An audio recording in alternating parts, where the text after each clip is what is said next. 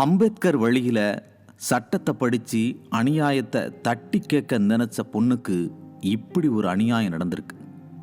போதையில் பண்ணாங்களா, வெறியில் பண்ணாங்களா, பகையை தீர்த்துக்க பண்ணாங்களா, ஏன் பண்ணாங்க, எதுக்கு பண்ணாங்கன்னு தெரியலை.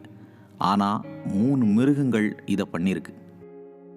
கூட்டு பாலியல் வன்கொடுமை, அதுவும் எந்த இடத்துல? சர்வதேச விமான நிலையத்துக்கு மிக அருகில். கோவை மக்கள் சத்தம் போட்டு பேசக்கூட மாட்டாங்க. அப்படிப்பட்ட ஊர்ல இவன்களுக்கு இவ்வளவு வெறி எங்கிருந்து வந்துச்சு? தன் கணக்குல கஞ்சாவும் மொத்தமா மெத்தப்பட்ட மீனும் எப்ப தமிழ்நாட்டுக்குள்ள வந்துச்சோ அப்பவே எல்லாம் சீரழிஞ்சு போச்சு. போதைப் பொருள் புழக்கத்தை கட்டுப்படுத்த முடியல, பாலியல் குற்றங்களை தடுக்க முடியல, பெண் குழந்தைகளை பாதுகாக்க முடியல. விடியல் தரேன்னு சொன்னவரோட ஆட்சியில எதுவும் விடியலை. அண்ணா பல்கலைக்கழகத்தில் பாதுகாப்பு இல்லை, பள்ளிக்கூடம் போனால் அங்கே பாதுகாப்பு இல்லை, ரோட்டில் நடந்து போனால் பாதுகாப்பு இல்லை, காருக்குள்ள தெரிஞ்ச உறவுகளோட இருந்தால் கூட பாதுகாப்பு இல்லை.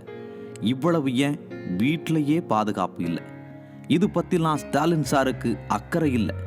அவர் மகன்கிட்ட இது சம்பந்தமாக சொல்ல பதில் இல்லை.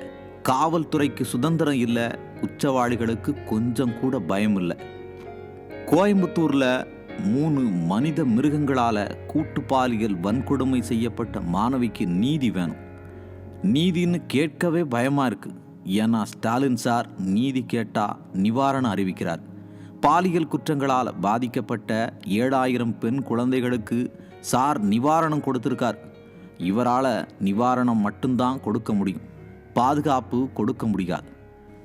நாங்கள் நீதி கேட்கறது தமிழ்நாட்டு மக்கள்கிட்ட. இனி வர்ற காலத்தில் பாதுகாப்பு கொடுக்கிறவர் முதல்வர் ஆகணுமா, இல்லை நிவாரணம் கொடுக்கிறவர் முதல்வர் ஆகணுமா? நீதி என்னன்னு நீங்களே சொல்லுங்க. ஆனால் இதுதான் கடைசி சம்பவமாக இருக்கணும். இனி நம்ம பெண்கள் யாருக்கும் இப்படி ஒரு பாதிப்பு ஏற்படவே கூடாது. இனி எப்பவும் நாம இப்படி கண்ணீர் வடிக்கவே கூடாது.